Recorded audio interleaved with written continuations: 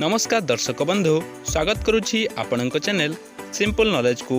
तेबे आपणक पई आजिर प्रश्न मनुष्यर परिस्रा रे पिंपुड़ी लागिबा केउ रोगर लक्षण अटे।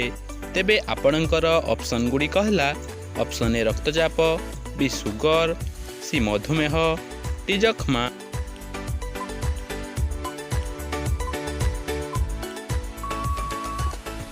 समयटी समाप्त हो सारी। तेबे यार सठिक उत्तर टी सी मधुमेह। मनुष्यर परिस्रा रे पिंपुड़ी लागिबा मधुमेह रोगर लक्षण अटे। परवर्ती प्रश्नटी हेला डायबिटीज रोगी माने कौन खाइबा उचित नुहे। तेबे आपणकर ऑप्शन गुडी कहला ऑप्शन ए चीनी, बी काकुड़ी, सी लवंग, डी लुण।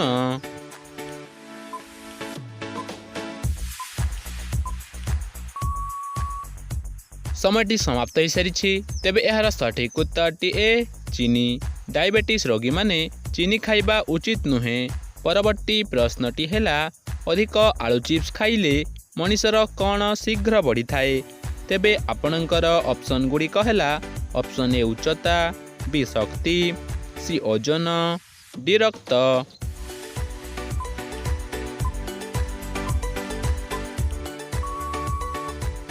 समयटी समाप्त हो सारी। तेबे यार सठिक उत्तर टी सी ओजन। अधिक आलू चिप्स खाइले मनुष्यर ओजन शीघ्र बढ़ी थाए। परवर्ती प्रश्नटी हेला बीपी लो हेले केउ फल खाइबा उचित। तेबे आपणकर ऑप्शन गुडी कहला ऑप्शन ए डालिंब, बी सेव, सी पणस, डी कदली।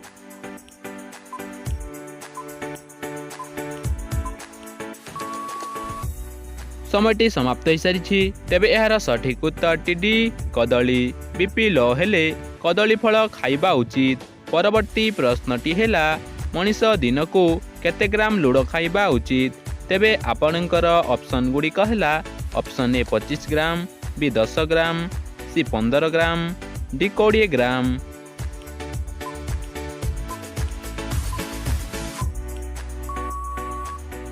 समयटी समाप्त हो सारी। तेबे यार सठिक उत्तर टी बी 10 ग्राम। मनीष दिन को 10 ग्राम लुण खाइबा उचित। परवर्ती प्रश्नटी हेला कर्पूर सहित कौन लगाइले फटा गईठी मूलरू भल होई थाए। तेबे आपणकर ऑप्शन गुडी कहला ऑप्शन ए घी, बी तेल, सी दही, डी महू।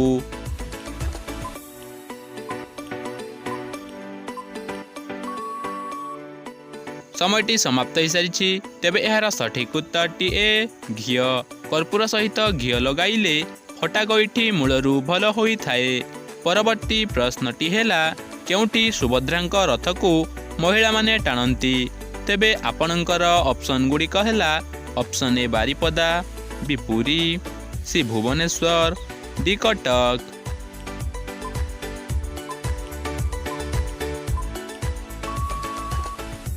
समयटी समाप्त हो सारी। तेबे यार सठिक उत्तर टी ए बारिपदा। बारिपदा ठारे सुभद्रांक रथ को महिला माने टाणंती।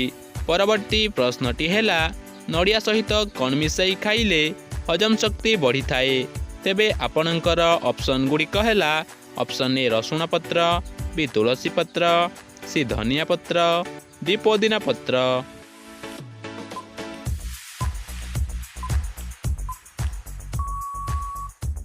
समयटी समाप्त हो सारी। तेबे यार सठिक उत्तर टी डी पुदीना पत्र। नड़िया सहित पुदीना पत्र मिसाई खाइले हजम शक्ति बढ़ी थाए। परवर्ती प्रश्नटी हेला क्षीर सहित कौन खाइले हाड़ जनित समस्या मुक्ति मिली थाए। तेबे आपणकर ऑप्शन गुडी कहला ऑप्शन ए डालचीनी, बी कखारू मंजी, सी डालिंब मंजी, डी पिजुली मंजी।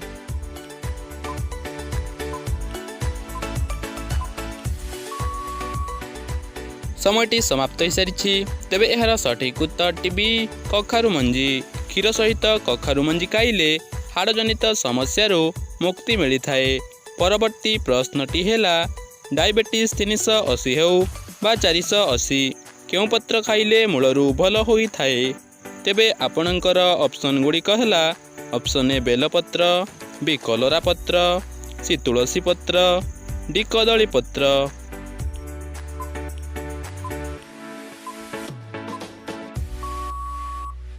ସମୟଟି ସମାପ୍ତ ହୋଇସାରିଛି।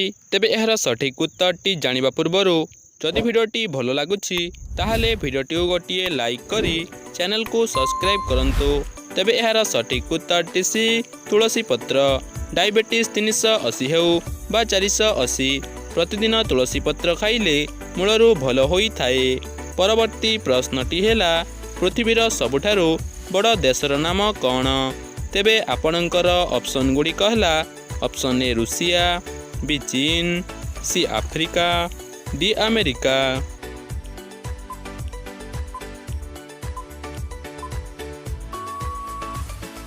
ସମୟଟି ସମାପ୍ତ ହୋଇସାରିଛି। ତେବେ ଏହାର ସଠିକ୍ ଉତ୍ତରଟି ଏ ରୁଷିଆ। ପୃଥିବୀର ସବୁଠାରୁ ବଡ଼ ଦେଶର ନାମ ରୁଷିଆ। ତେବେ ଆଜିର ଅନ୍ତିମ ପ୍ରଶ୍ନଟି ଆପଣଙ୍କ ପାଇଁ ରହିଲା, ଓଡ଼ିଶାରେ କେତୋଟି କେନ୍ଦ୍ରଶାସିତ ଅଞ୍ଚଳ ରହିଛି?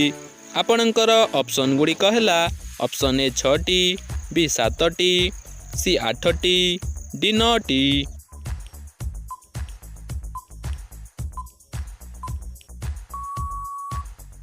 ସମୟଟି ସମାପ୍ତ ହୋଇସାରିଛି। ତେବେ ଏହାର ସଠିକ୍ ଉତ୍ତରଟି ଯଦି ଆପଣଙ୍କୁ ଜଣାଅଛି ତାହେଲେ କମେଣ୍ଟ ମାଧ୍ୟମରେ ନିଶ୍ଚୟ ଜଣାନ୍ତୁ ଏବଂ ଆଜିର ଏହି ଭିଡ଼ିଓରେ କେତୋଟି ପ୍ରଶ୍ନର ସଠିକ୍ ଉତ୍ତର ଦେଇପାରିଲେ ତାହା ମଧ୍ୟ କମେଣ୍ଟ କରି ନିଶ୍ଚୟ କୁହନ୍ତୁ।